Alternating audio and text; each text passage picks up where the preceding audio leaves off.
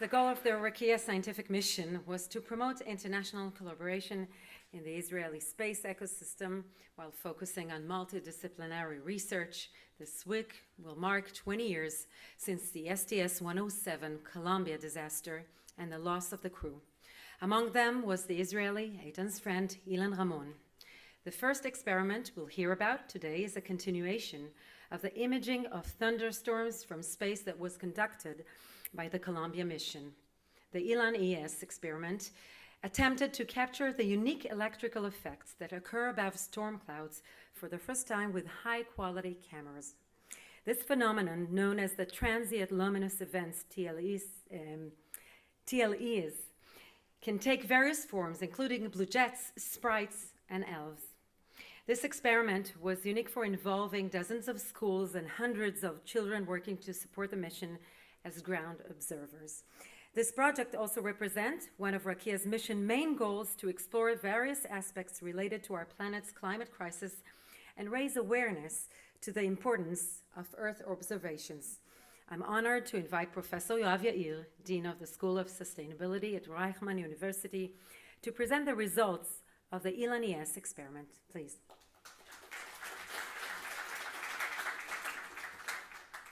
Hello, everyone. So 7 minutes to try and describe a work that conducted by the team. I don't see the presentation somehow.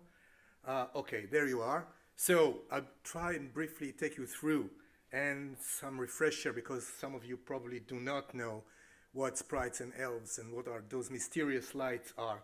Let me first say thanks to the entire ILAN-ES team, students from Reichman University, colleagues from Tel Aviv University, and others. So you see a lot of players from Stanford, from Brazil Space Agency, INPI. It was a big team because it was a global experiment. What we aimed to achieve was actually look at thunderstorms at night, something that most people on the ISS don't do, and only few satellites ever do, and with a high efficiency of time, the time of astronauts, which was a gift to me as a scientist. It's very valuable and we really appreciate it. Try to conduct multi-station from the ground and space, as was mentioned, and try to get, whatever you can. And I can show you that even 20 seconds of high quality video from space can bring new science. So just a refresher, this is I would say, let's see if the video runs. Can you make the video on the right? Okay, take a look. Did you see that? Okay, that's a sprite. Now in slow motion, you will see how beautiful it is.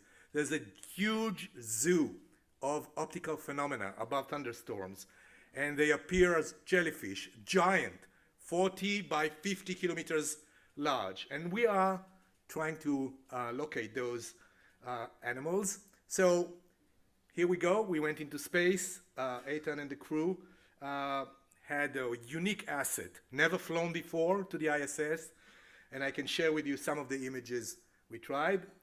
So in order to know what time the astronaut has to go to the cupola window and point the camera, we need to know where lightning will be a day and a half in advance. And we have developed and actually perfected a way to do it by anticipating where the ISS will be, what is the line of sight, those circles show us where the horizon is, which means what is the view that you can actually observe from the ISS, and where lightning will be. And we know how to do it since 2003 for the MADEX experiment. We developed, and it was already tested 2 other times with Japanese and Scandinavian astronauts.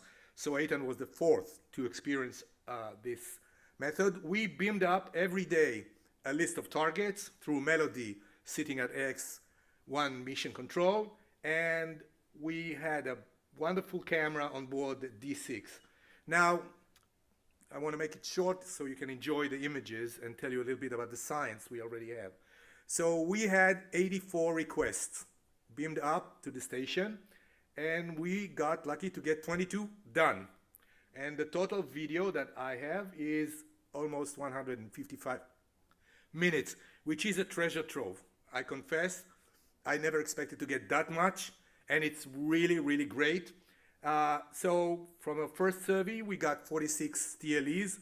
Some are, I will show you, 10 sprites, halo, elves, blues, which are unique and new for meteors. I think we reached above 80% in lightning accuracy, so that when the astronaut reached the copula at the right time, he knew where to look. So let me share with you some images. Sprites appear as red dots, just one frame out of 60 per second. You don't see them with your eyes. You only post-flight can see them.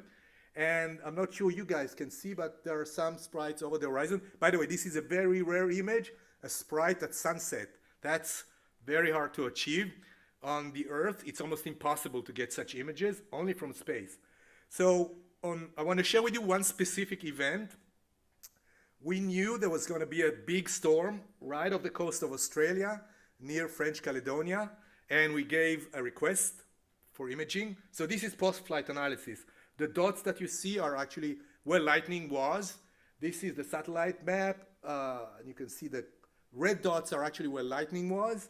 And we even were able to identify the parent lightning for the sprite you will see now. Now, this is the best ever sprite image from space. When I showed it in Chicago just a few weeks ago at the American Geophysical Union meeting, my colleagues came to me and said, Yoav, this is Photoshop. That can be that good.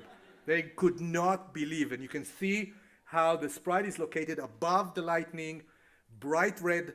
This is excited nitrogen molecules emitting in 665 nanometers. So this is fantastic. I mean, I would have been satisfied with this, Eitan. Just this image, brilliant. And you can see, by the way, the sunset west of Australia as we were flying above those huge cumulonimbus clouds. And then we got a bunch of elves, those beautiful donut-shaped, really huge lightning-related discharge above the thunderstorm. And you can see how magnificent and huge they are. And the best one yet is this one. And Melody was the one who found it post-flight on the video.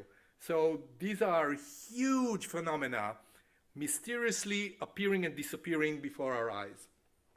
And these are some blue events. We could have seen them very clearly in the images post-flight. I want to show you one specific event which shows you the high value of even 12 seconds of video data from space. So we were flying, you were flying, guys, above the Andaman Sea between Bengal, Bay of Bengal. We knew there's going to be a storm there. There you are. You can see the lightning superimposed on the clouds. And take a look. Let the video run. Okay, so this is nadir view. Did you see the blue dots? Okay, these are very rare, and you will see sunrise already coming. So these are the last 12 seconds before sunrise, and you can see the thunderstorms. Maybe you've been quick enough to see the blue dots, and there is sunrise, so it's all over. But in that less than half a minute, we could have seen those types of discharges. Really a new class of TLEs, blue events on the top of the cloud, not high up in the mesosphere, 50 or 80 kilometers above. This is occurring right at the top of the anvil, and we don't know exactly what the mechanism is. A big research is going on. And my colleagues said they could not believe the quality of the images. So we tried something that was never tried before, and this is a conjugate event, which means you have a thunderstorm in one side of the Earth, and it emits high energy particles guided by the magnetic field that impinge on the upper atmosphere on the opposite hemisphere. We had been very lucky to have storms in the US right when the ISS was flying above the South Pacific, which is the conjugate point. So we asked Eitan to take a look on a target where there was no lightning, but we were hoping that something will reach from the upper atmosphere on the other side. So this was the prediction. This was on the left, the prediction. This is how accurate the prediction was. Actually, there were storms in Alabama that night. And this is the values of the intensity of lightning. And we were hopefully, imaging the Earth, but we only saw clouds. We saw no such event. However, we put a research proposal to the Israeli Science Foundation, trying to repeat this, not from space, from the ground, putting cameras on Mount Hermon and its Paramon, and looking at the sky above Israel for conjugate events from storms that occur in South Africa.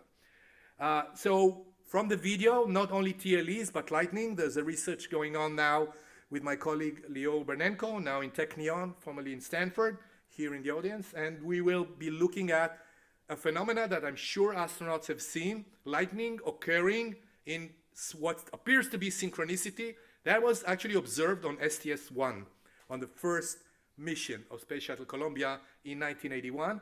And we've published a few papers on that, and now we're going to harness machine learning and AI to look for synchronicity and maybe decipher what's going on.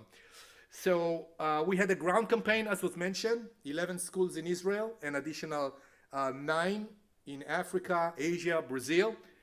These are the only 2 sprites that were imaged from Israel, from the ground, from a school in Faradis, an Arab-Israeli school with children. Looking every night when we flew above. We had many students in Africa doing that. We didn't get any sprites or lightning from Africa, but the cameras are still there, and we are still in contact with our colleagues. So let me summarize and say we've received much more than we hoped for, and thank you for giving us the opportunity to once again observe the beauty of the planet as it is manifested by those transient luminous events. And let me just finish with this. 20 years ago, this week, on the left, the image from the MADEX experiment by Ilan Ramon, and this is by Eitan. So a closure. Thank you very much. Yoav, stay with me. Thank you. For a few more minutes, we want to ask the X1 crew about their experience. Mark, I understand you spent some time at the Copula window, and we would like to hear from you. What do you think about the platform, the ISS platform for research of climate crisis and outreach? Thank you. These days, of course, we have very sophisticated satellites that are constantly orbiting Earth and taking photographs and imagery of the Earth. And so one might ask, well, what is the actual added value of a human taking pictures of the Earth outside the cupola window? Can't we just observe everything and learn everything we need to know from the images of satellites? And certainly we can get a lot of information from there, a lot of data. But I think that there's an added value to human photography from the cupola of the space station in 2 ways. One, I would say, is the images themselves, and of course satellites take very good images, and you can direct them to take very specific images and compare them over time and look at how the landscape is changing and how ice formations or whatever it is you're studying are changing. But the view from the cupola, as you're zooming around the Earth at 28,000 kilometers per hour, it is dynamic and it is changing. The Earth is alive and it is constantly changing. And so the different perspectives that you can get with human judgment in terms of the pictures you take, the angles you take, the zoom, the things you include in the images, the perspective and context that you add through that extra human judgment, I think, is very interesting and can be very important. The other thing I would say is, from an educational standpoint, if I think back to what teachers were most influential to me, what people had the most impact on me in my learning and my developmental years, it wasn't people who were just able to transmit data to me in the most efficient manner. It was people who were able to speak to me with passion and with emotion and with perspective that made me take note and take interest and think. And that only comes from a human. A satellite cannot provide that. So to me, when I take, for example, the pictures that I took from the cupola, from space, whether they were just my personal pictures or there were ones that were specific targets that I was assigned to capture for specific research projects. I can, having taken that picture and then presenting it, I can add so much context and perspective that just does not come simply from a satellite image. So I think that really continued human photographic data from the space station is going to continue to be very important, not just in terms of showing us what might be happening to different places on Earth as we experience climate change, but in communicating in an engaging and impactful way what we're seeing and what we're experiencing. And that, to me, is what's really important in creating change. Thank you, Mark. And thank you, Yoav, for your enthusiasm. Sure. I'm thinking about your students, how lucky they are. Yes, and I think I speak on behalf of this audience that we would like this experiment to continue.